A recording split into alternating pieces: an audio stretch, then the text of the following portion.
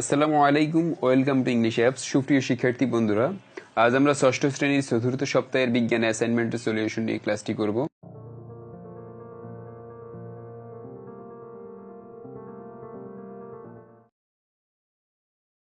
প্রথমে cover page নিয়ে একটু কথা বলি। কভার পেজে অ্যাসাইনমেন্টের নম্বর হবে 2 আর বিষয়ের শিরোনাম হবে পদার্থের বৈশিষ্ট্য ও বাহ্যিক প্রভাব।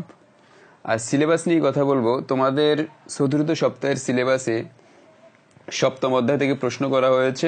সপ্তাহটি হচ্ছে পদার্থের বৈশিষ্ট্য ও বাহ্যিক প্রভাব। তোমরা দেখতে পাচ্ছ একটা সৃজনশীল প্রশ্ন দেওয়া আছে, সেটার আলোকে 4টা প্রশ্ন করা হয়েছে। তো উদ্দীপকটি হচ্ছে একটি মোমবাতির চিত্র, আর দ্বিতীয় চিত্রটি হচ্ছে বরফ। তো প্রশ্ন করা হয়েছে, প্রথম প্রশ্নটি হচ্ছে বিদ্যুৎ পরিবাহী ও অপরিবাহী পদার্থের নাম লিখো। খ নম্বর প্রশ্নে বলা হয়েছে বিদ্যুৎ পরিবহনে তামার তার ব্যবহারের কারণ কি। গ নম্বর প্রশ্ন হচ্ছে উদ্দীপকের প্রথম চিত্রে মোম গলে পড়ার পরবর্তী অবস্থা ব্যাখ্যা করো। ঘ নম্বর প্রশ্নে বলা হয়েছে চিত্রের পদার্থ দুইটির গলনাঙ্ক হিমাঙ্ক কি একই, পাঠ্যপুস্তকের আলোকে বিশ্লেষণ করো। এই হচ্ছে তোমাদের প্রশ্ন। তো তোমাদের মূল্যায়ন নির্দেশক বা অ্যাসাইনমেন্ট ক্রাইটেরিয়াটা হচ্ছে নির্ভুল তথ্য, যুক্তিসম্মত ব্যাখ্যা প্রদান, প্রশ্ন চাহিদা অনুযায়ী উত্তর ইত্যাদি থাকলে হচ্ছে তোমার অ্যাসাইনমেন্টে ফুল মার্কস দিবে। তো যারা এখন ইংলিশ অ্যাপ চ্যানেলটিকে সাবস্ক্রাইব করেনি অবশ্যই সাবস্ক্রাইব করবে এবং নিচে দেখা বেল আইকনটি ক্লিক করে রাখবে, যাতে করে যখনই আমরা অ্যাসাইনমেন্টের ভিডিও আপলোড করি তোমার কাছে নোটিফিকেশন চলে যায়। তো এখন আমরা একটি নমুনা উত্তর দিয়ে দেখাবো কিভাবে অ্যাসাইনমেন্টের উত্তরটি করতে হয়। প্রথম প্রশ্নটি ছিল বিদ্যুৎ পরিবাহী ও অপরিবাহী পদার্থের নাম লিখো। তো আমরা এটা যেহেতু ক নাম্বার প্রশ্নের উত্তর, তোমরা জানো ক নাম্বার প্রশ্নের উত্তরটি খুবই ছোট হয়, 1 মার্কের উত্তর যতটুকু লেখার জন্য। তো একটি করে নাম লিখছি, অনেকে অনেক বেশি লিখছে, আমরা একটা লিখছি। তো এটা থেকে তোমরা দিয়ে দিবে আশা করি। বিদ্যুৎ পরিবাহী পদার্থের নাম হচ্ছে অ্যালুমিনিয়াম, বিদ্যুৎ অপরিবাহী পদার্থের নাম পলিথিন। আমরা 2টা নাম লিখে দিয়েছি, তোমাদের বইতে আরো অনেক নাম আছে, তোমরা ইচ্ছে করলে পরিবর্তন করে নিজেদের মতো করে দিতে পারো। খ নাম্বার প্রশ্নে বলা হয়েছে বৈদ্যুতিক তারে তামা ব্যবহার করা হয় কেন। তো সেটার উত্তর দেখো, আমরা লিখছি তামা এক বিশেষ তামাটে লাল রঙের উজ্জ্বল ও চকচকে ধাতব পদার্থ। এরা সহজেই আলো প্রতিফলিত করতে পারে এবং তাপ ও বিদ্যুৎ পরিবহনের ক্ষমতা খুবই বেশি। আর তামার মধ্য দিয়ে বিদ্যুৎ অতি সহজে এক প্রান্ত থেকে অপর প্রান্তে পৌঁছাতে পারে। তাছাড়া তামার সুপরিবাহী পদার্থ হওয়ায় বেশি সময় ধরে বিদ্যুৎ প্রবাহের ধর্ম অক্ষুণ্ণ রাখতে পারে, তাই বৈদ্যুতিক তারে তামা ব্যবহার করা হয়। অর্থাৎ তামা হচ্ছে এক ধরনের লাল রঙের উজ্জ্বল চকচকে ধাতব পদার্থ, তোমরা সবাই জানো, দেখছো। এটা হচ্ছে যে সহজে আলো প্রতিফলন করার ক্ষমতা রয়েছে এবং বিদ্যুৎ পরিবহন করারও ক্ষমতা এটার মধ্যে খুব বেশি। আর এই তামার মধ্য দিয়ে বিদ্যুৎ অতি সহজে এক প্রান্ত থেকে অপর প্রান্তে যায়। অর্থাৎ বিদ্যুৎ তারের মধ্যে যখন এই তামাটা ব্যবহার করা হবে তখন এক প্রান্ত থেকে অন্য প্রান্ত পর্যন্ত যাওয়ার জন্য খুবই হেল্পফুল হয়। এছাড়াও তামা তোমরা জানো যে একটা সুপরিবাহী পদার্থ, আর সুপরিবাহী পদার্থ হওয়ার কারণে এটা বেশি সময় বিদ্যুৎ প্রবাহের যে ধর্ম আছে সেই ধর্মটা অক্ষুণ্ণ রাখতে পারে, তাই বৈদ্যুতিক তারে তামা ব্যবহার করা হয়। গ নাম্বার প্রশ্নে বলা হয়েছে উদ্দীপকের প্রথম চিত্রে মোম গলে পড়ার পরবর্তী অবস্থা ব্যাখ্যা করতে। তোমরা উদ্দীপকটা অবশ্যই দেখেছো। উদ্দীপকের মধ্যে প্রথম চিত্রটা হচ্ছে একটি মোম জ্বালানো অবস্থা এবং মোম জ্বালানো অবস্থা থেকে গলে পড়ে। তো তোমরা দেখছো বাস্তবেই মোম যখন জ্বালানো হয় তখন সেটা জলে এবং যে অংশ গলে নিচে পড়ে সেটা আবার কঠিন অবস্থায় পরিণত হয়। তো সেটা আমাদেরকে প্রশ্ন করা হয়েছে মোম এই যে জ্বালানো হয় তারপরে যে গলে পড়ে সেটার পরবর্তী অবস্থাটা কি সেটা ব্যাখ্যা করতে বলা হয়েছে। তো দেখো সেটার উত্তর আমরা লিখলাম। উদ্দীপকের প্রথম চিত্রে মোম গলে পড়ার পরবর্তী অবস্থা ব্যাখ্যা। মোমবাতি জ্বালানো হলে মোমবাতির একটা অংশ পুড়ে আলো দেয়, আর আরেকটি অংশ আগুনে গলে মোমবাতি গা বেয়ে পড়তে থাকে, যা কিছুক্ষণ পরে আবার জমে কঠিন পদার্থে বা কঠিন মোমে পরিণত হয়। তরল মোম থেকে কঠিন মোম হওয়ায় প্রক্রিয়া হলো শীতলীকরণ। শুধু মোম নয়, মোমের ন্যায় প্রতিটি তরল পদার্থের ক্ষেত্রে এমনটি হতে পারে।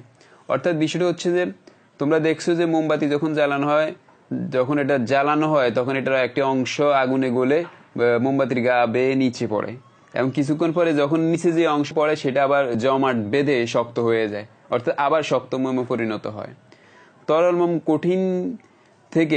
থেকে কঠিন মোমে পরিণত হওয়া, এই যে তরল মোমটা যে গলে যে তরল অবস্থা ছিল সেটা থেকে যে আবার কঠিন মোমে পরিণত হয় অর্থাৎ শক্ত হয়, এই প্রক্রিয়াটাকে বলা হয় শীতলীকরণ।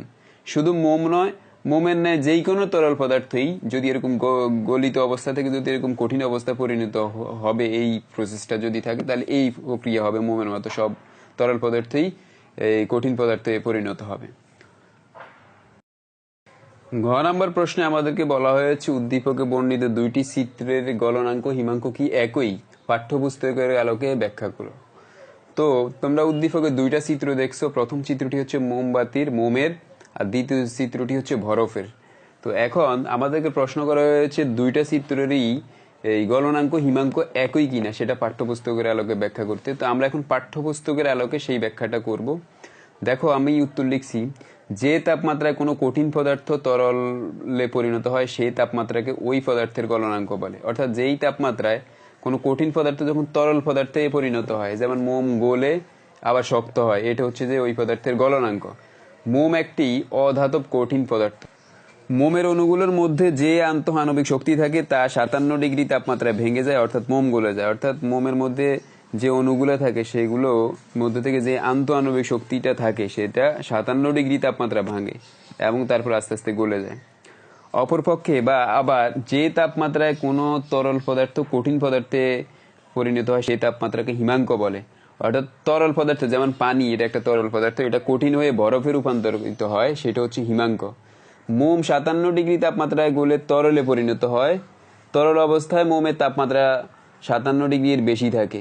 ধীরে ধীরে তরল মোম জমতে থাকে শুরু করে এবং 57 ডিগ্রি তাপমাত্রায় কঠিন মোমে পরিণত হয়। অর্থাৎ মোমটা যখন গলে তখন 57 ডিগ্রি তাপমাত্রায় থাকে তরল অবস্থায়, এবং ধীরে ধীরে মোম যখন জমতে শুরু করে তখন 57 ডিগ্রি মোম তাপমাত্রায় কঠিন মোমে পরিণত হয়। তাই বলতে পারি মোমের গলনাঙ্ক হিমাঙ্ক একই 57 ডিগ্রি সেলসিয়াস।